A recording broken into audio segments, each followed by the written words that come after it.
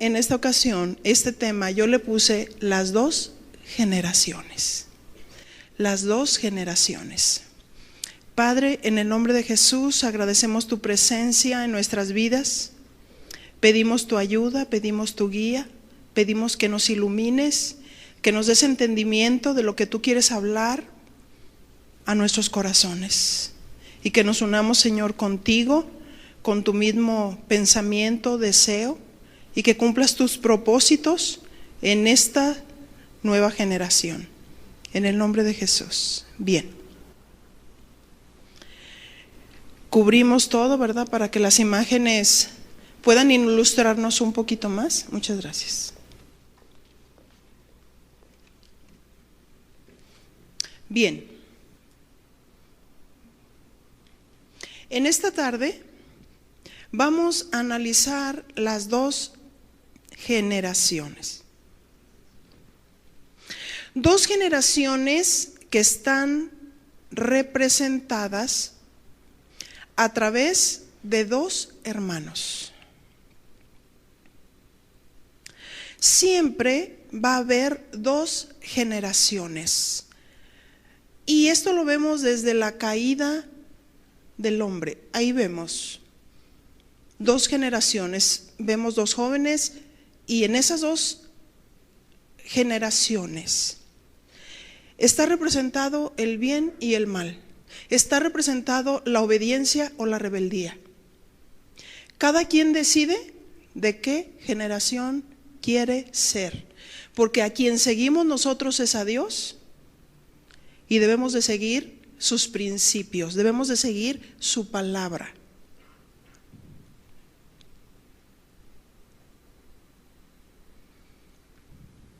Al principio que Dios hizo al hombre, era una sola generación. Era la generación bendita.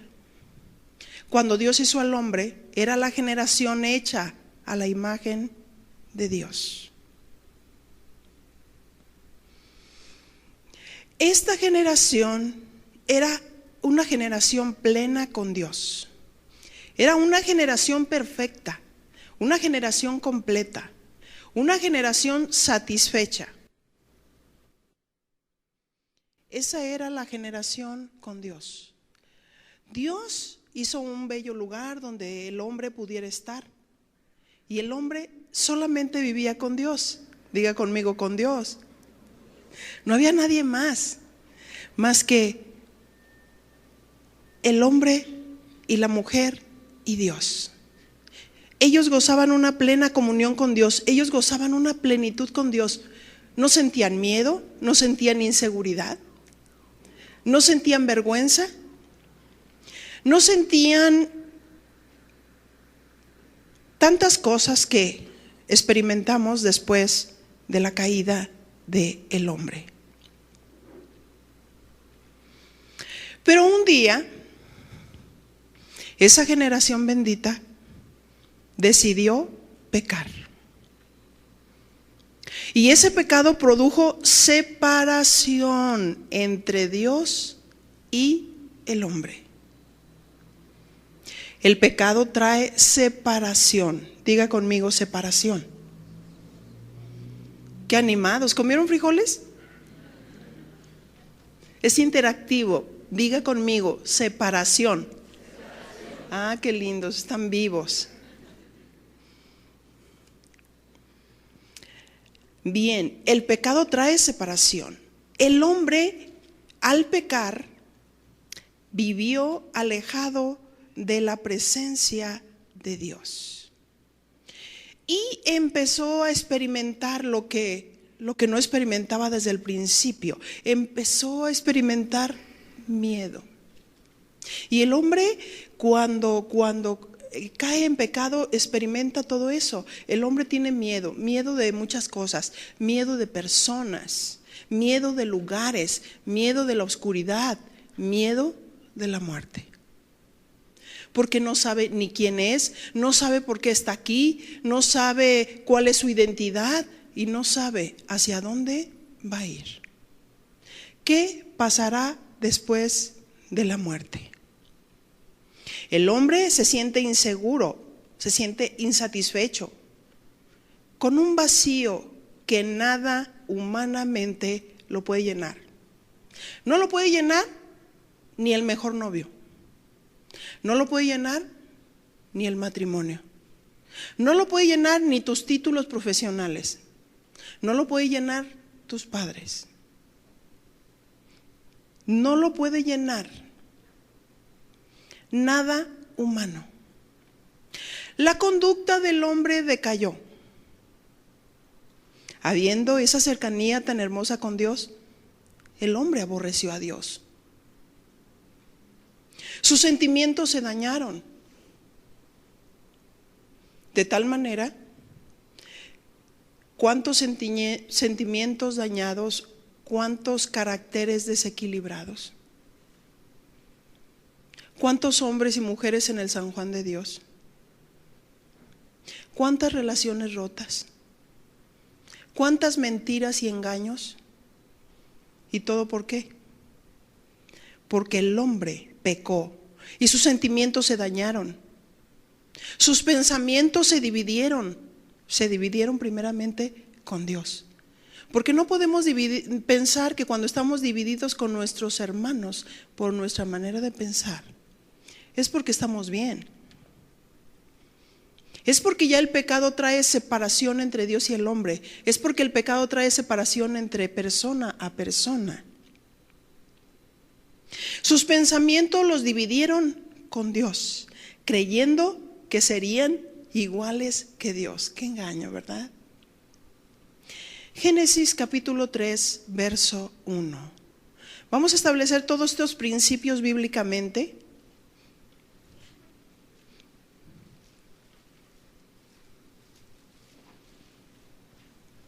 Génesis capítulo 3, verso 1. Génesis, el libro de los principios. ¿Qué es lo que quiere decir? El comienzo de todas las cosas. El comienzo de la generación bendita. El comienzo de la generación maldita. Pero la serpiente era astuta más que todos los animales del campo que Jehová Dios había hecho, la cual dijo a la mujer: con que Dios os ha dicho, no comáis de todo árbol del huerto. Recuerden, siempre que Dios dice algo y el hombre lo contrapuntea, aquí están plasmadas las dos generaciones. Y no digo más, sigo. Satanás tienta para destruir. El hombre decide obedecer o desobedecer. Satanás tentó a Eva. Satanás siempre le ha mentido al hombre. Esa es una de las características de Satanás: mentiroso. Mentiroso. Siempre está contrapunteando. Siempre está poniendo en tela de duda la palabra de Dios. Verso 2, Génesis 3:2. Y la mujer respondió a la serpiente, porque ya se produjo la relación, se produjo la comunicación entre la mujer y Satanás. Pero qué fácil era tener relación con Satanás y no con Dios. Primero, la relación con Dios era plena. Y el verso 2 dice: y la mujer respondió a la serpiente: del fruto de los árboles del huerto podemos comer, pero del fruto del árbol que está en medio del huerto, dijo Dios, no comeréis de él, ni le tocaréis, para que no muráis. Entonces la serpiente dijo a la mujer, fíjense lo que le dijo: no moriréis. ¿Le dijo la verdad? Les pregunto. No, le mintió. Sino que sabe Dios que el día que comáis de él serán abiertos vuestros ojos y seréis como ¿qué? Como Dios, sabiendo el bien y el mal. Fíjate lo que dice ahí. Aquí están plasmadas las dos generaciones, el bien y el mal. Si tú te rebelas contra Dios y contra el liderazgo, están plasmadas las dos generaciones, el bien y el mal. Tú decides a quién seguir, a Dios o a la carne, porque la carne, de la tendencia de la naturaleza caída, es una conducta del pecado. Satanás quiso ser como Dios y quiso regalarle la idea de que ellos eran como Dios o dioses, igualándose a Dios. Y vio la mujer, verso 6, que era bueno para comer y que era agradable a los ojos y árbol codiciable. ¿Para qué? ¿Está leyendo? Léalo fuerte. Para alcanzar sabiduría. Entonces estaban tontos. Entonces estaban descerebrados. Porque ellos estaban con Dios. ¿Estaban tontos? Es recíproco, contéstenme. No, ellos tenían la sabiduría de Dios, ellos tenían la inteligencia de Dios, ellos estaban plenos, ellos estaban satisfechos, sus necesidades estaban suplidas todas, ellos tenían a Dios, no necesitaban ningún otro tipo de sabiduría, pero el diablo los engañó, haciéndole pensar que eran tontos y que ellos necesitaban alcanzar una sabiduría, la sabiduría que el diablo les estaba proporcionando, diciendo: si tú comes, tú vas a ser Dios, tú vas a ser como Dios, tú vas a ser diosa, tú vas a ser como Dios, sabiendo el bien y el mal.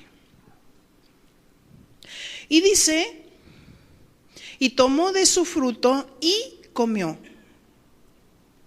Cayeron en la tentación. Escucha, cayeron en la tentación. La tentación es para destruir. La tentación viene de la carne. Dios jamás tentará a nadie, porque su naturaleza es santidad. Su naturaleza es integridad. Su naturaleza es pureza. Dios prueba al hombre para transformarlo. Dios prueba al hombre para hacerle bien.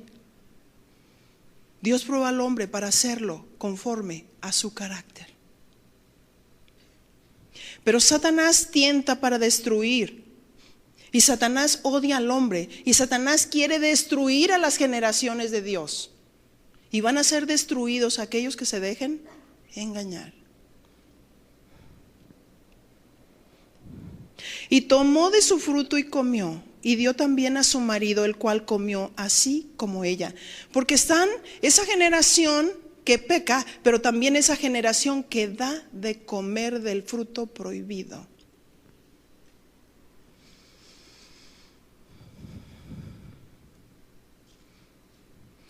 En este verso 6 observamos cómo el hombre ya había sucumbido al pecado. Por eso dice el verso 7, entonces fueron abiertos los ojos de ambos y conocieron que estaban ¿qué?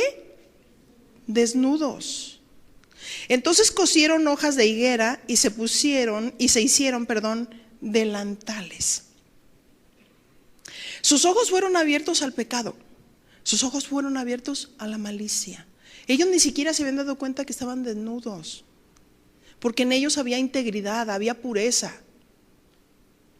Dios cubría sus vidas con esa pureza, con esa santidad, pero ellos pecaron y se dieron cuenta que estaban desnudos. Entonces dice que cosieron hojas de higuera y se hicieron delantales. Ellos estuvieron ya desnudos espiritualmente, porque cuando el hombre pecó, murió espiritualmente. Cuando el hombre pecó en el principio, se separó de Dios. Esa es la muerte espiritual. El que está separado de Dios. ¿Y cómo puedes decir, híjole, yo tengo a Dios? ¿Cómo es que dices que tienes a Dios y matas a tu hermano con lo que tú dices?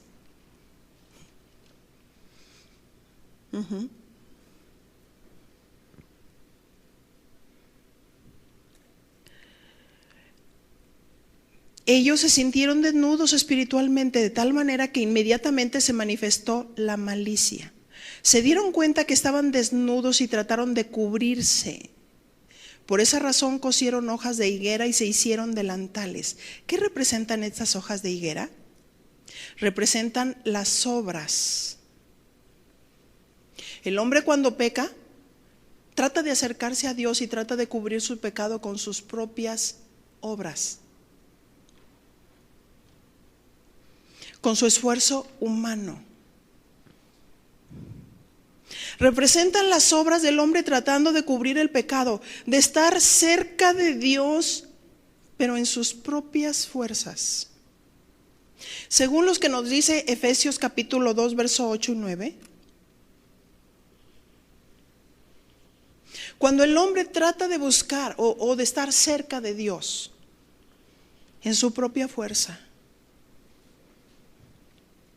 Y dice Efesios 2:8, porque por gracia sois salvos, por medio de la fe. Y esto no es de vosotros, pues es don de Dios. La salvación es un regalo. La salvación es por creer en Jesús. Esto no es de vosotros, nosotros no podemos salvarnos, nosotros no podemos salvar a nadie, solamente Cristo. Así es que si alguno dice, mira, yo soy moralista, yo no hago lo que otros hacen, no me he acostado con un chavo, o alguien dice, yo tampoco he perdido mi virginidad, yo no tomo, no fumo. Si fuera por obras, cualquiera sería salvo. Pero dice, no es por obras para que nadie se gloríe. La salvación es un don de Dios. Pero el hombre rápidamente trata de cubrir su pecado con el esfuerzo humano.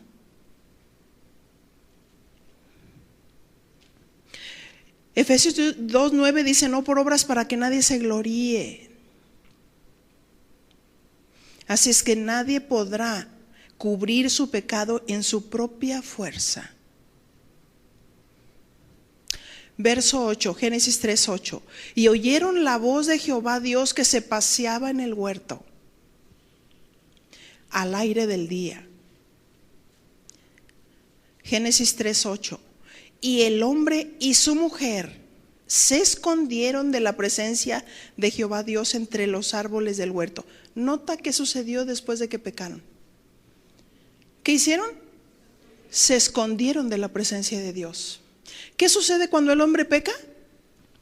Se esconde de la presencia de Dios.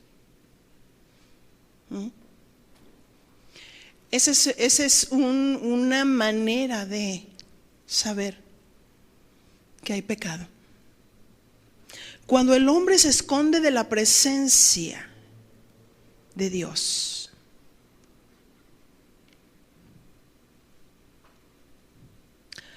¿Qué sucede cuando el hombre se da cuenta que ha pecado?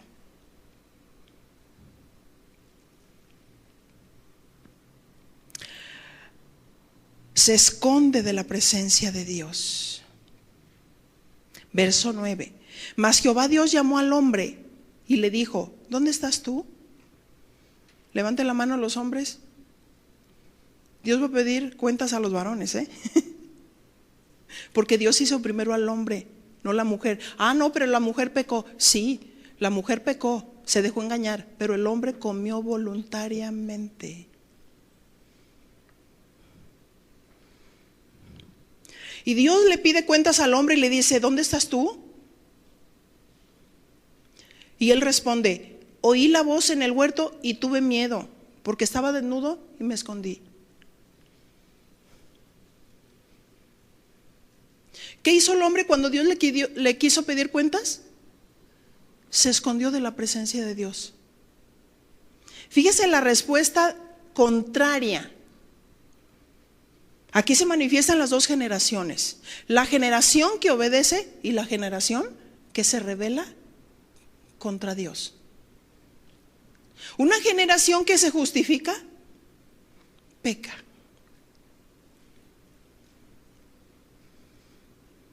Dios le estaba pidiendo cuentas a Adán, pero él se justificó. Es que tuve miedo y me escondí.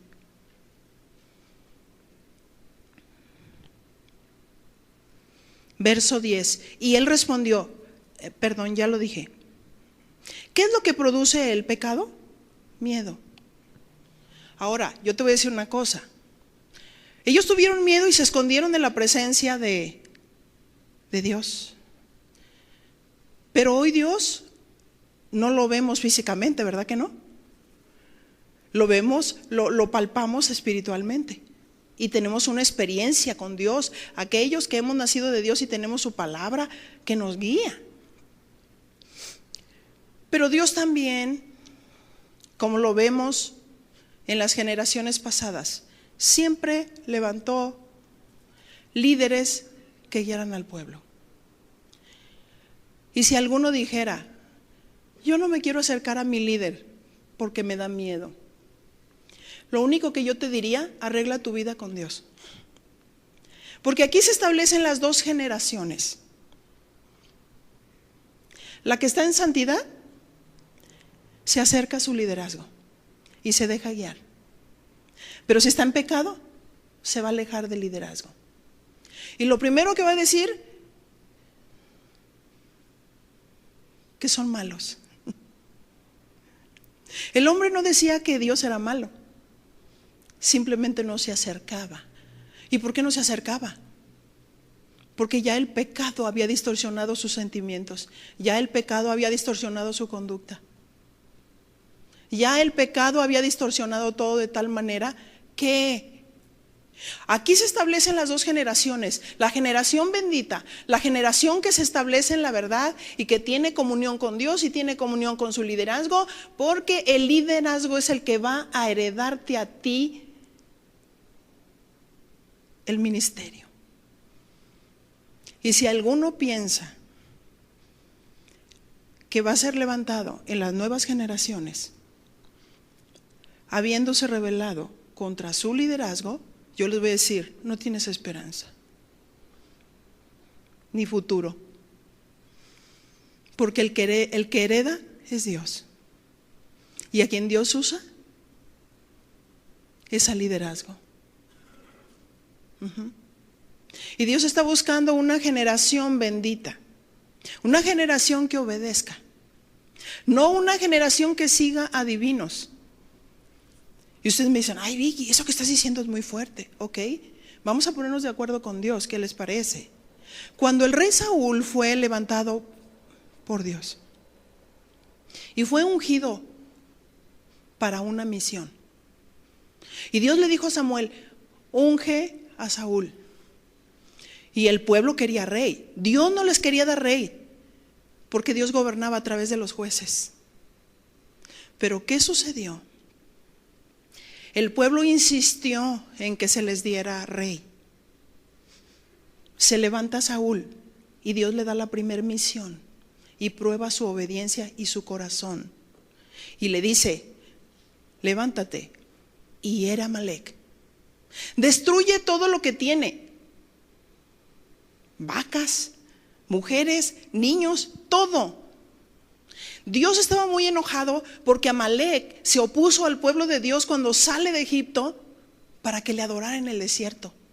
Y en esa carrera loca, cuando el pueblo de Israel salió para adorar a Dios, se encuentra con Amalec y les impide seguir, y los enemigos estaban tras de ellos, y Dios se enojó.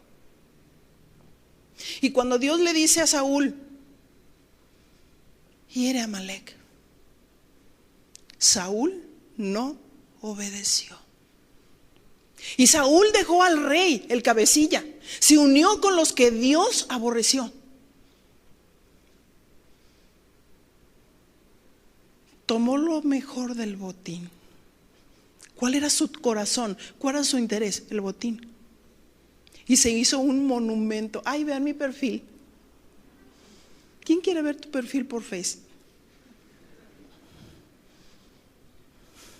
Eso es soberbia. Soberbia. Se hizo un monumento. Que todo el mundo vea al rey Saúl. Su porte, su nariz griega. Y Dios estaba muy enojado porque Saúl no lo había obedecido. Y le dijo claramente, y creo que es en el verso 22, 15-22, donde le dice, como pecado de adivinación es la rebelión. ¿Qué es no obedecer? Rebelión. Y no queremos que nos digan brujos, adivinos, ¿verdad que no? Pero dice, como pecado de adivinación es la rebelión. Y el que está rebelde se asemeja. No, ¿cómo crees? Yo no hago limpias, yo no hago nada. Ay, pues pareces brujo, pareces adivino, pareces hechicero, porque estás tan rebelde que quieres destruir a las generaciones benditas. Porque el que se rebela contra Dios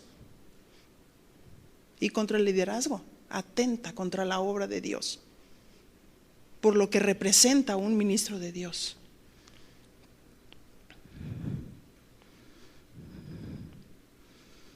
Así es que Adán tuvo miedo de Dios. Nuestros líderes no nos deben de dar miedo. Tenemos que tener amistad con ellos, tenemos que acercarnos. A lo mejor algún líder no tuvo entendimiento de saber que somos uno solo, que somos un cuerpo, que lo que nosotros hacemos solamente es delegar autoridad para que ustedes sean ministrados y enseñados. Y a lo mejor algunos no unieron, desunieron. Pero la palabra de Dios nos une si escuchamos la voz de Dios y obedecemos.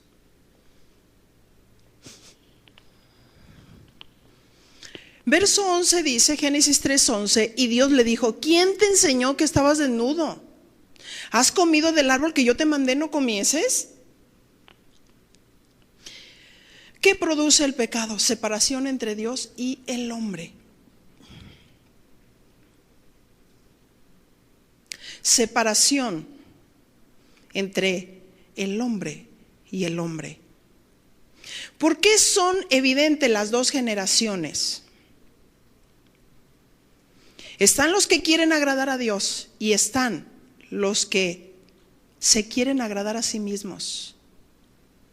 Vamos a observar un ejemplo, y no lo digo yo, lo dice la palabra. Génesis capítulo 4. Ahí vemos plasmadas las dos generaciones. Génesis capítulo 4.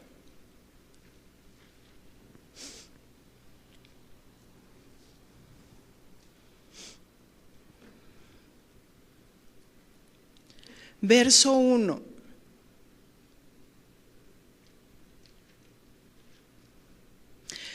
Estas dos generaciones, antes de dar lectura, vienen por causa del pecado. Pero entre esas dos generaciones sobresale una para Dios. Demos lectura. Conoció Adán a su mujer Eva, la cual concibió y dio a luz a Caín. Y dijo, por voluntad de Jehová he adquirido varón. Así es que cuando nace Caín, sus papás estaban muy contentos de que había nacido su hijo. Con mucho amor y entusiasmo lo recibieron. Pero el verso 2 dice que después dio a luz a su hermano Abel. Y Abel fue pastor de ovejas y Caín fue labrador de la tierra. Fue muy significativo el oficio de cada hijo. Y aconteció, andando el tiempo, que Caín trajo del fruto de la tierra una ofrenda a Jehová.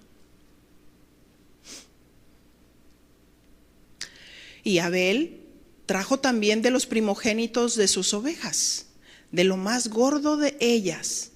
Y miró Jehová con agrado a Abel y a su ofrenda. Pero no miró con agrado a Caín y a la ofrenda suya.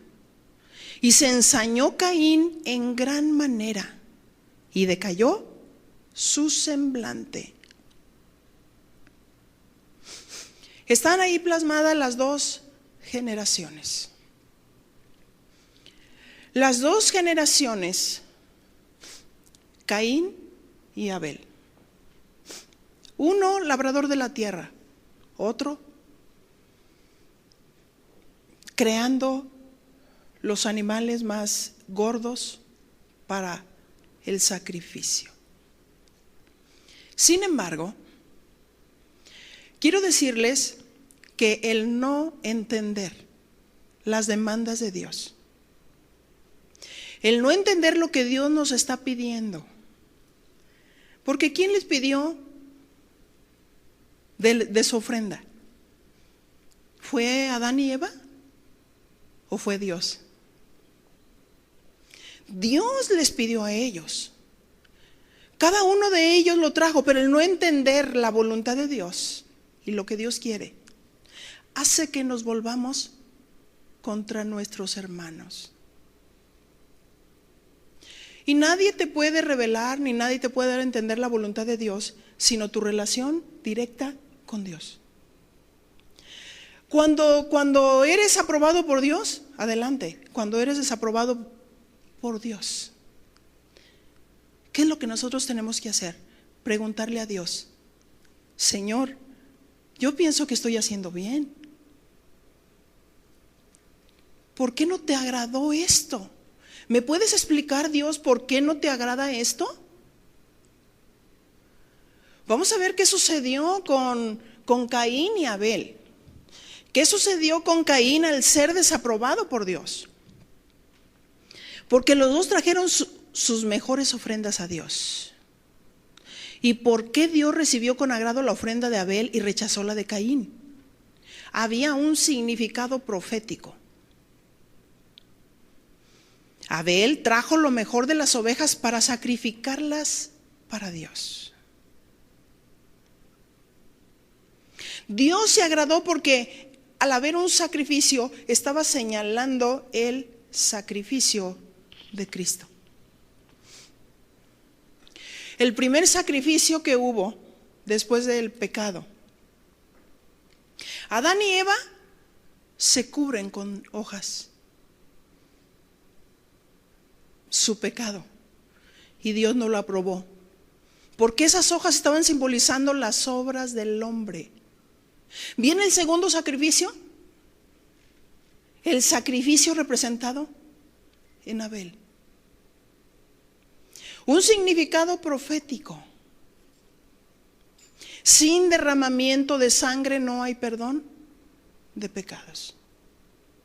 No podemos experimentar un cristianismo sin sangre. Es imposible. En el Antiguo Testamento, en el tabernáculo, el sacerdote se paraba frente a la puerta, el camino. Y lo primero que veía era a Cristo, el carmesí. Él es el Salvador. El azul, Él es el Hijo de Dios. El blanco, Él es santo. El púrpura, Él es el Rey. Pero el sacerdote no se quedaba en la puerta. Jesús es la puerta del camino. Jesús es la puerta de la salvación. Tuvo que entrar por la puerta. El que entra por la puerta es el verdadero. Es el pastor de las ovejas. El que no entra por la puerta es ladrón y salteador. No nos podemos salvar por nuestras propias obras. Era necesario que hubiera un sacrificio. Inmediatamente el sacerdote se encontraba con el altar del sacrificio, donde se sacrificaba al macho cabrío. El macho cabrío, una ofrenda de pecado. Jesús, según Gálatas 3:13, se hizo maldición para llevar todos nuestros pecados. Llevó todos los pecados de la humanidad. Porque Él sabía que el hombre en su propia fuerza no se podía salvar. Por eso preparó un sacrificio. Ese sacrificio estaba apuntando hacia el Redentor. Era necesario que Jesús padeciera para salvar a la humanidad. Por eso Dios se agradó del sacrificio de Abel. Y no se agradó el sacrificio de Caín, de su ofrenda de frutos, porque muchas veces queremos que reciban nuestros frutos cuando no son producto del sacrificio de Cristo. No son primero los frutos, es primero el sacrificio. Si tú piensas que es Dios quien te está promoviendo, que Dios es el que te está levantando en la obra de Dios, y tú te rebelas contra Dios, y contra un liderazgo. Quiero decirte, tus frutos están podridos. O sea, no sirven. No sirven. Y entonces Caín se sacó de onda. Porque dijo, no puedo entender por qué Dios recibe el sacrificio de Abel y no mi sacrificio. Le estoy trayendo lo mejor de mis frutos. Escogí lo mejor. Los plátanos, las manzanas, las uvas. Lo mejor. ¿Por qué? Y entonces dijo, Abel es el culpable.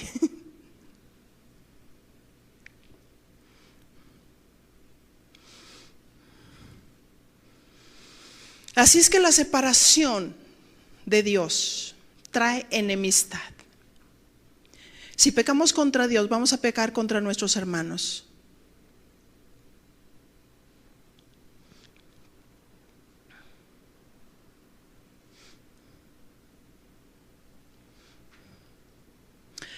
Verso 6, Génesis 4:6. Entonces Jehová dijo a Caín, ¿por qué te has ensañado? ¿Y por qué ha decaído tu semblante? ¿Qué significa ensañarse? Del griego kajará. Fíjate lo que significa ensañarse. Significa brillar o calentarse.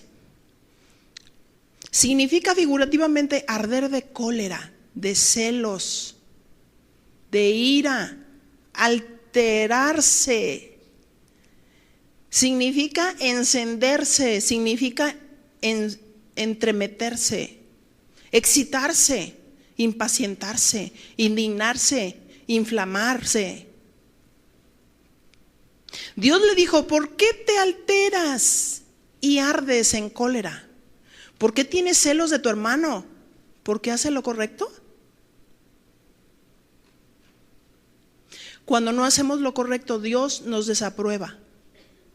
Él espera que respondamos correctamente sin romper la relación con Él ni con nuestros hermanos.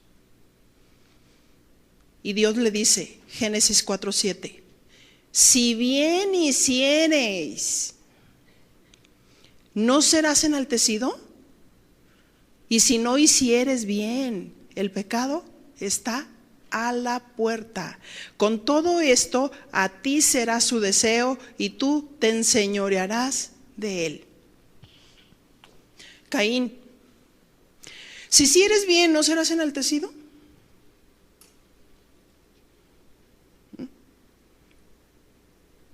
Pero si no hicieres bien, el pecado está a la puerta. ¿Por qué nos volvemos contra nuestros hermanos cuando no entendemos lo que Dios pide de nosotros? El pecado te entontece. El pecado engaña.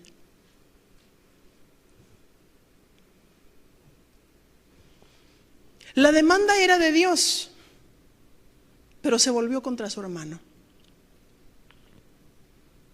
Si bien hicieres, no serás enaltecido, y si no hicieres bien, el pecado está a la puerta. Si hacemos bien, Dios nos va a enaltecer. Pero si no hacemos bien, estamos pecando y estamos separados de Dios. ¿Cuál es la exhortación de parte de Dios? La exhortación de parte de Dios es ser una generación que sí obedece a Dios. Dos generaciones. La generación que sí obedece a Dios y la generación que se rebela contra Dios.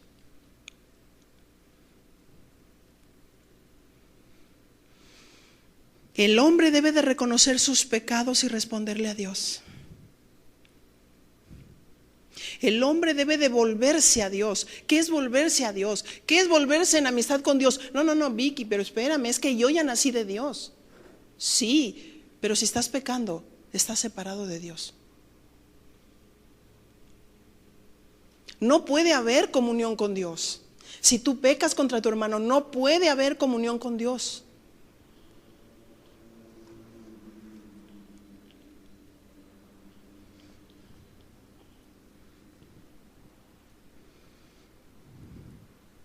Y le dice, tú te enseñorearás de él, sigue diciendo el versículo. Esta palabra enseñorearse del hebreo masal.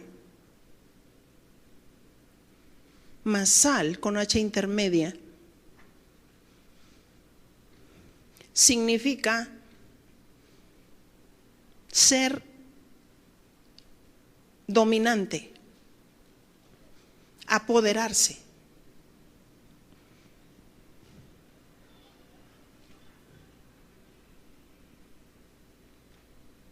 Ser tirano.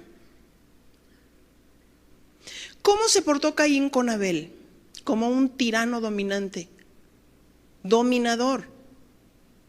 ¿Cómo se mostró Caín? Engañador. Génesis 4:8. Y dijo Caín a su hermano Abel, ven Abel, salgamos al campo. Y aconteció que se levantó contra su hermano Abel. ¿Y qué le hizo? Lo mató. ¿Por qué si al que no le agradó fue a Dios? ¿Por qué mató a su hermano? ¿Por qué cuando Dios nos desaprueba nos vamos en contra de los hermanos?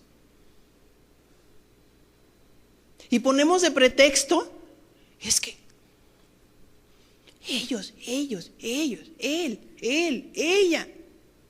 Y el Señor dice, el que no quite el dedo amenazador, no oiré. Tienes una petición, quita el dedo amenazador. Caín cayó en engaño. Dios lo desaprobó y se volvió contra su hermano. Porque no pudo soportar la aprobación que Dios le dio a su hermano. Si eres de Dios, aprobarás a tu hermano que hace bien. Si Dios lo aprueba, ¿por qué tú lo desapruebas?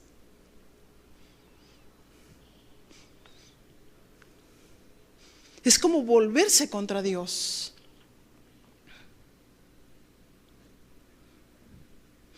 Caín no tenía temor de Dios. Caín se rebeló contra Dios. Él rompió la comunión con Dios y con su hermano. Hoy experimentamos la iglesia bipolar. No, yo tengo comunión con Dios. Sí, levanta las manos y adoras y aborreces a tu hermano. Hipócrita. O sea, discúlpenme, pero yo cuando digo eso, no lo digo de sí, ni tampoco esperando que me quieran. Lo digo porque tengo una unción profética y de pronto tengo que decir lo que Dios me dice, porque Dios sí sabe lo que hay en el corazón.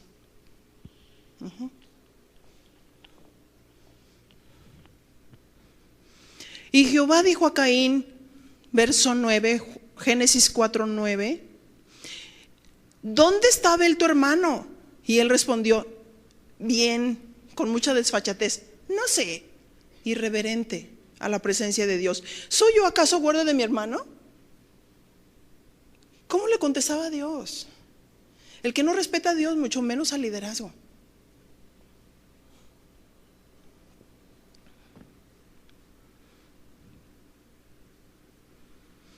Así es que Caín le habló a Dios de una manera irrespetuosa, verso 10, y él le dijo, ¿qué has hecho? La voz de la sangre de tu hermano clama a mí desde la tierra. Verso 11, ahora pues, maldito seas tú de la tierra, que abrió su boca para recibir de tu mano la sangre de tu hermano. Híjole, se siente bien feo, ¿no? Dios lo maldijo por desobedecer. Génesis 4:12. Cuando labres la tierra, no te volverá a dar su fuerza, le dijo Dios a Caín, y errante y extranjero serás en la tierra. Así es que creo que no nos conviene estar mal con Dios. Yo quiero que Dios me bendiga y quiero aprender obedeciendo, y no me quiero rebelar ni contra Dios ni contra su palabra. No sé tú, Y dijo Caín a Jehová: grande es mi castigo para ser soportado. Verso 14. He aquí me echas hoy de la tierra, y de tu presencia, fíjense lo que dijo, me esconderé. Es lo que más me impacta. Y seré errante y extranjero en la tierra, y sucederá que cualquiera que me hallare me matará.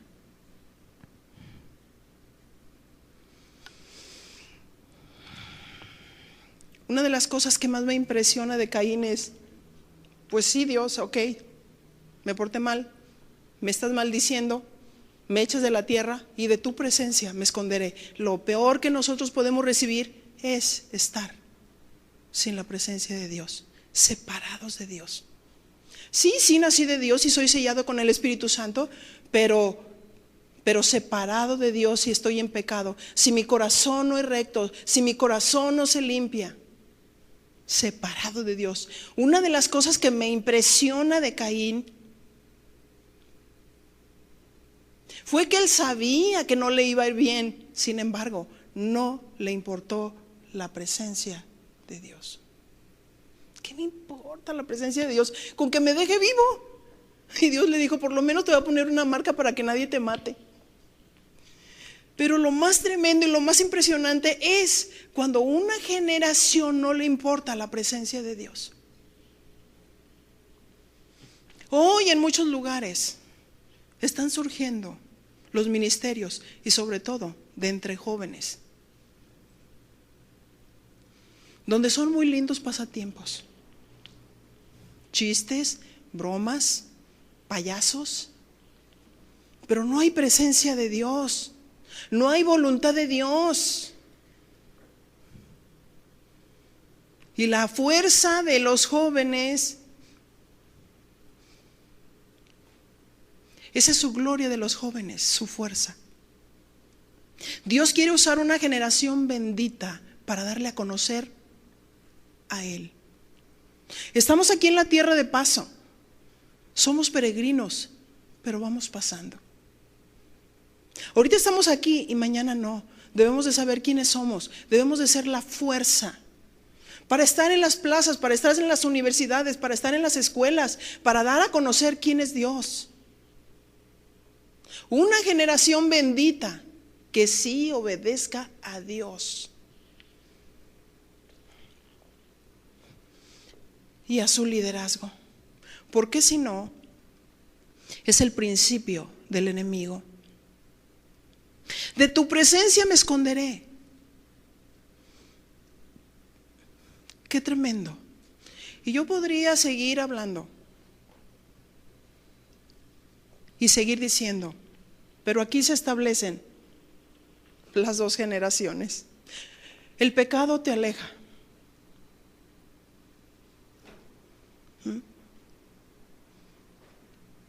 Lo más tremendo es estar separado de Dios. Porque a lo mejor tú dices, no, mira, yo tengo mis mejores amigos, siempre andamos la misma bolita, sí. Si esa bolita no obedece a Dios, la carne llama a la carne. Pero si algunos obedecen a Dios, van a estar unidos con Dios y con su liderazgo, porque son los que reparten herencia para lo que Dios quiera hacer con ustedes. Una cosa sí sé y reconocí en mi tiempo de formación, y Dios habló muy claramente a mi corazón y me dijo, a lo mejor en algunas ocasiones puedes tener hasta un liderazgo injusto, pero yo no te estoy preguntando si tienes un liderazgo justo o injusto. Te estoy preguntando si me vas a seguir a mí, si me vas a obedecer a mí. Te estoy preguntando si vas a decidir por la pureza. No te estoy preguntando cómo son los demás, me dijo Dios. No te estoy preguntando cómo se comportan los demás, si son justos, si son injustos. Te estoy preguntando si me vas a seguir y me vas a obedecer. Porque todas las circunstancias que Dios permite en nuestras vidas, entre la justicia y la injusticia, Dios las permite. Dios tiene un propósito para separar las dos generaciones. las generaciones que obedecen a Dios o las generaciones que se rebelan contra Dios. En algún momento nosotros hubiéramos podido decir, híjole, hay muchas cosas que no me agradaron de mi pastor, pero yo decidí obedecer a Dios y respetar a mi pastor. Porque Dios no nos ha llamado a rebelarnos, Dios nos ha llamado a obedecer. Porque a través de las circunstancias difíciles y de las circunstancias que nosotros no entendemos, como Caín no entendía por qué Dios no recibió su ofrenda de frutos. Simplemente hubiera dicho, Dios, está bien, ¿no te agrada mi ofrenda de frutos? Ahora ¿me puedes decir por favor qué es lo que tú quieres de mí? Y Dios le hubiera dicho, sí, Caín, quiero que me traigas el becerro más gordo. Era lo único que él debería de haber hecho. Porque en cada una de las circunstancias de nuestra vida somos probados. Somos probados. Y ahí es donde se establece la generación nueva, la generación bendita, la generación que aguanta, la generación que resiste, la generación que se establece en la verdad, la generación que sabe usar la espada del Espíritu, que es la palabra de Dios, y saber deshacer toda artimaña del enemigo y de la carne con la verdad. Tú no puedes vencer con tu verdad. Necesitamos la verdad de Dios. Necesitamos que la verdad de Dios esclarezca nuestras mentes y nuestros corazones.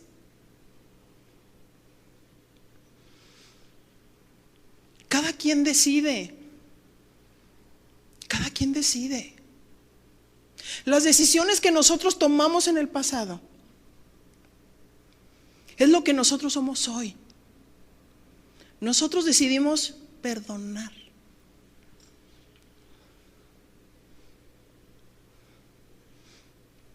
Nosotros decidimos cubrir.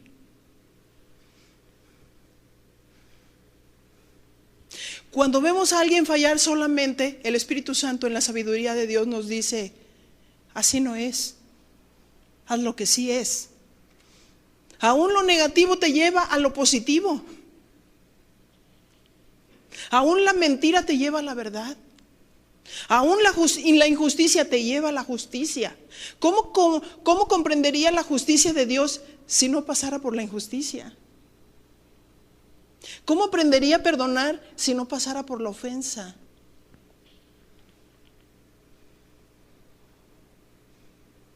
Híjole, estar cerca de Dios y tener comunión con Dios es esclarecer la mente. Es tener los pensamientos de Dios. Es decidir pagar un precio por seguir a Dios. Es ayudar a otros a parecerse a Dios. ¿Cómo podemos decirle a otros perdona si nosotros no perdonamos?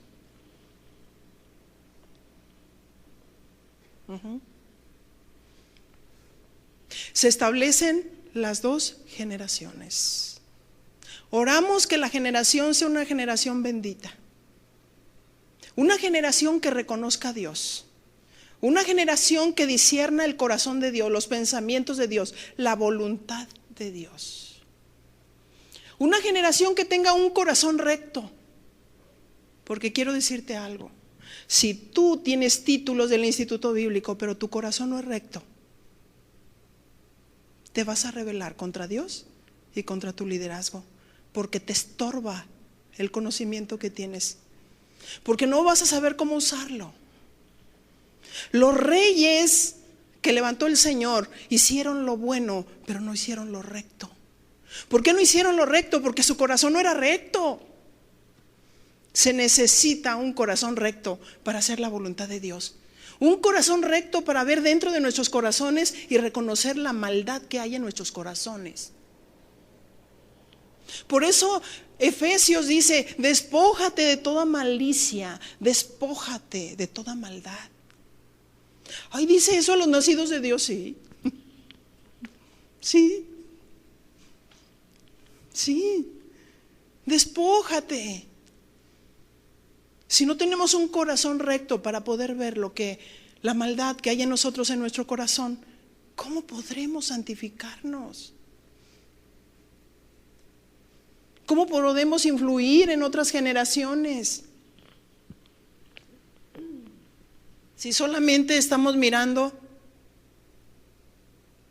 lo mal que otros hacen para afirmar que nosotros estamos bien cuando estamos mal. Oremos.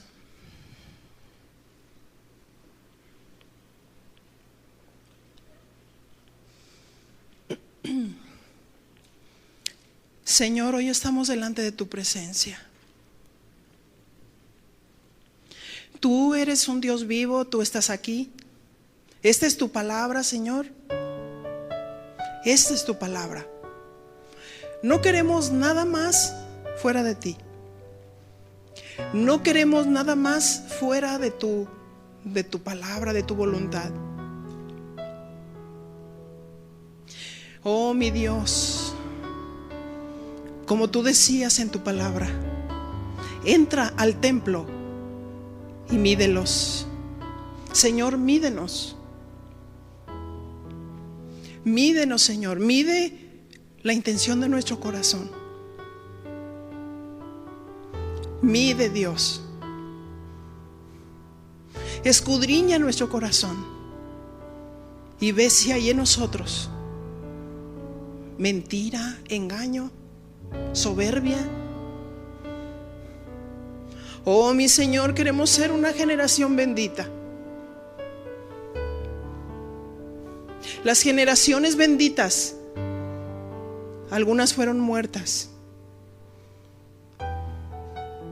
por la generación pecaminosa. Señor, no permitas, mi Señor, que tu engaño prevalezca. Oh, mi Señor, levanta una generación recta, una generación recta de corazón, una generación que sí te quiere agradar a ti a pesar de que vaya en contra de sí mismo. Una generación que reconozca tu verdad. Una generación que decida limpiar sus vestiduras. Una generación que se deje guiar por ti, Señor. Usa, Señor, a hombres y mujeres. No solamente que tengan grandes talentos, sino que tengan un gran corazón recto para ti, Señor. Oh, sí, mi Dios. Y conforme a la multitud de tus piedades, mi Dios, perdona nuestros pecados. Perdona todos aquellos, Señor, todos aquellos pecados que han aflorado en nuestra mente y en nuestro corazón.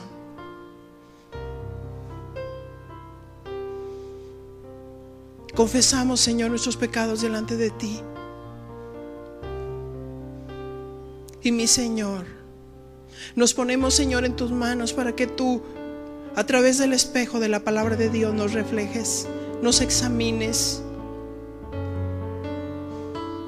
Y que tú, mi Dios, nos des un espíritu recto, un corazón recto. Sí, Señor.